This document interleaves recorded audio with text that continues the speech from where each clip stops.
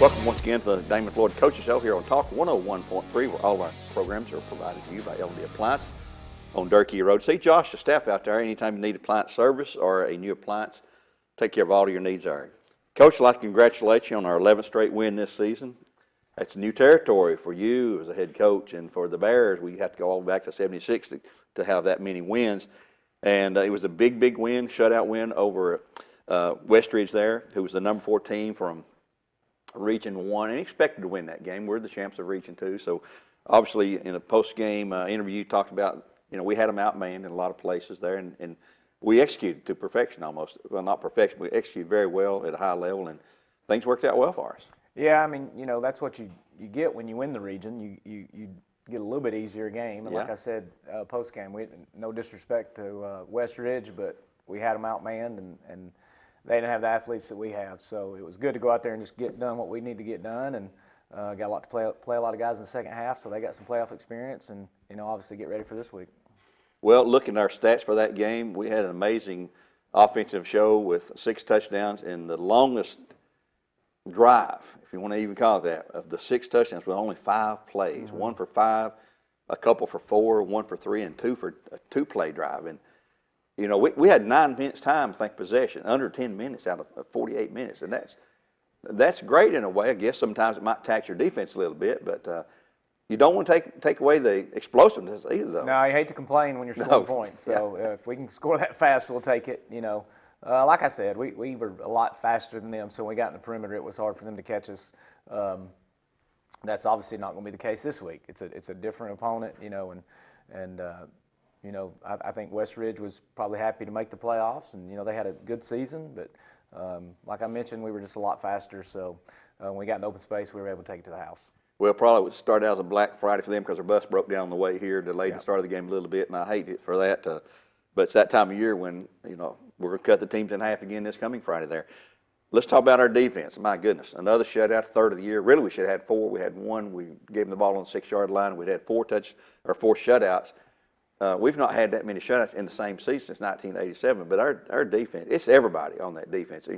We made Tito our player of the game. He could have been several players player of the game, and what a great job he's done. He's going to Northwestern, but our defense, what is it that makes them so tough? Is it the speed and the quickness, reaction time? I mean, we're not that big. I think there's a couple of things. Number one, it is our speed, and we, a lot of people look out there and they see us a little bit smaller than most defenses, like up front and stuff, but I think you got to give our back end a lot of credit. So our secondary, our 5 guys are really fast. They're able to play man coverage, which now you're able to load the box and stop the run.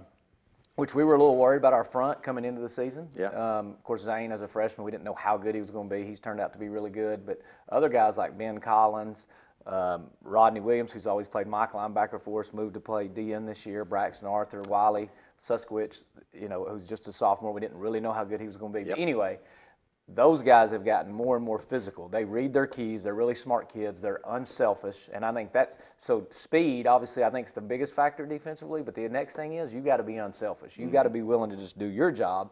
And sometimes it means make a tackle, and then sometimes it doesn't. Sometimes it means taking out a blocker so a teammate can make a tackle. And I think all of our guys on defense have bought into that philosophy of, look, it's a team defense. If you do your job, trust your teammate to do theirs, then usually good things happen. So I think that's been the two biggest factors is size and then unselfishness. Speed and unselfishness. Yeah, I agree with you there. And looking at Tito's year-to-date stats and also Wiley Suskowicz, who's a sophomore, they're in the top 5 all time in Bradley history for tackles in a season. With I think Tito's got like 98 and Wiley's got 94, something like that. And it's incredible what they have done. Our offense, too, we've got 399 points in 11 games. That's a 36.3 per game average, and that is the third most. 399 is the most points we've scored in over 100 years of football. So our offense is doing its thing explosively. The defense is just shut down. The black hole defense, we call it. They've just shut down people left and right, and that's a deadly combination. And we're going to talk about Maryville in a minute, but our stats this year, I try to keep up with the records on all the different offense, defense, kicking, and so forth, and I'm just rewriting the record book seems like every week, which is great. Yeah. It's kind of thing. It's a positive stats. It's not any kind of negative stats there, but How is it the team working this week? You're still number one for the 9th or 10th week in a row. I know you don't care about the rankings. I know the record means nothing. We're 1-0. That's right. That's all that matters. 0-0.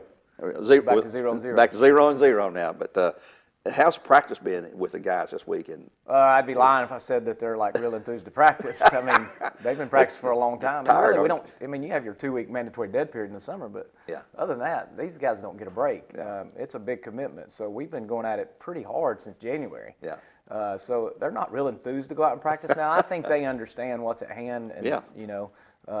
But we're smarter at this point in the season. Like, we're not going out there and beating them up. We're trying to get them healthy and make sure mentally they're ready for Friday night. I don't know how much we can really teach them. Yeah. Now, obviously, we still work technique and those kind of things, but practice is not like it was practice in August. Right. We want to get to Friday night healthy and mentally ready. So the stats are awesome, and we're proud of all those guys that are getting those stats. And that's something, as when you get done playing, that they can look back and be really proud of. Right now, it's not really what we're focused on, obviously. I do appreciate you doing that because, you know, for years we didn't have anybody that did that. Yeah. So it's awesome for our guys to get those credit. Now, I will say this, like I talked about defense being unselfish, our offense is very unselfish. Yeah. You know what I mean? We got a lot of guys that can get the ball 20 times a game. And it's just not that way. And we had this talk early in the season, and they've all bought in.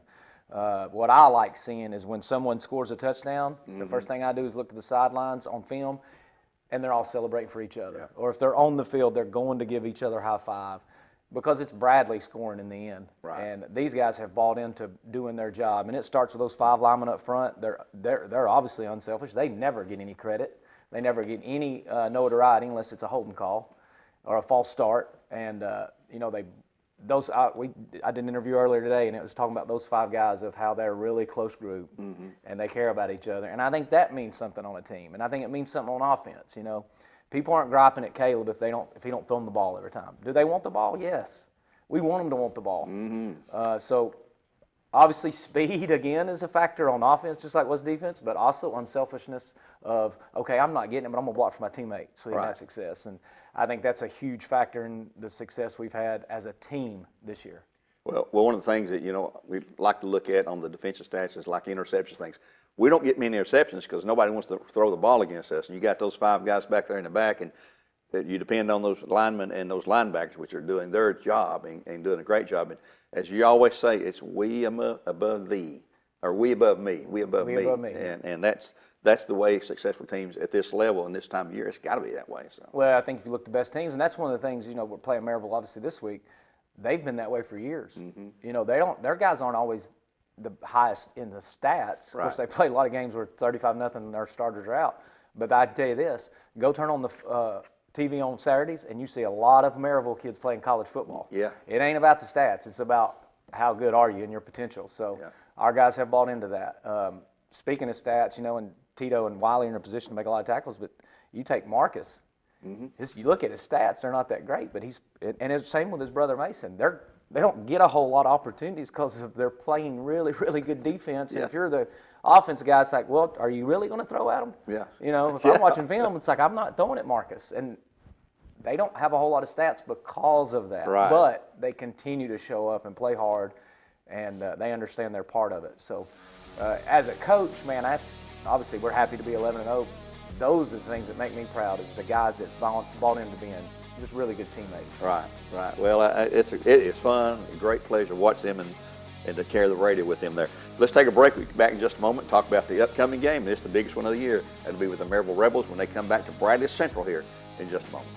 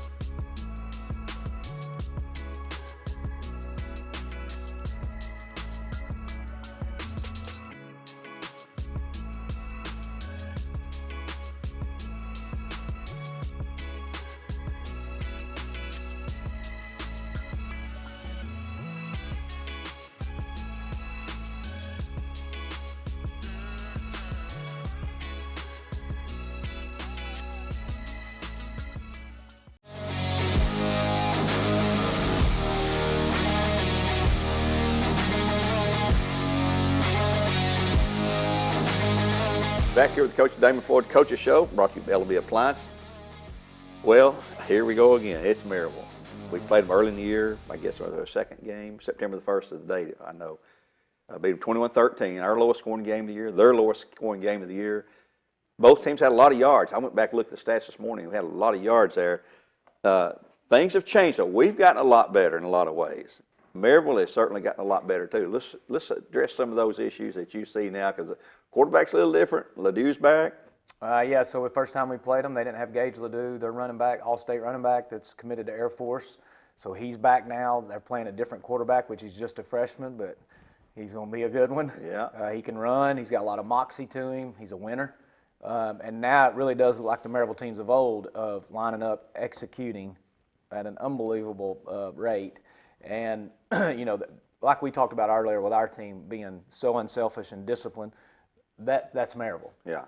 And if we get out of alignment, offense or defense, or we don't take care of our responsibility, then Maryville will make you pay. And that's how they've been so successful for, I don't know, a number of years. And, we always talk about when the schedule comes out every year, you look at Maryville and think, man, we'd love to have a chance to beat them.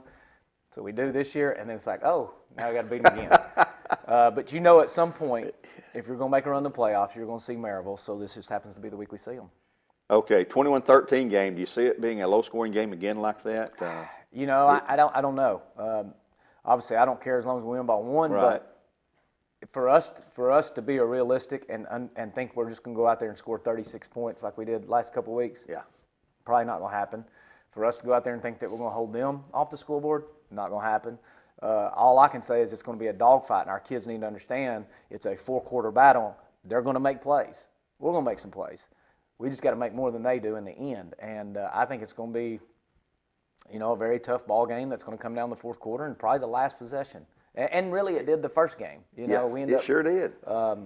Stopping right at the end. Maybe an onside kick that they tried, or I'd have to go back and look at be exactly sure. But I know it came right down the end. Yep. And I would imagine it's probably going to do the same this week. Caleb got that interception on their last drive there. Last play, they closed out the game there for them there.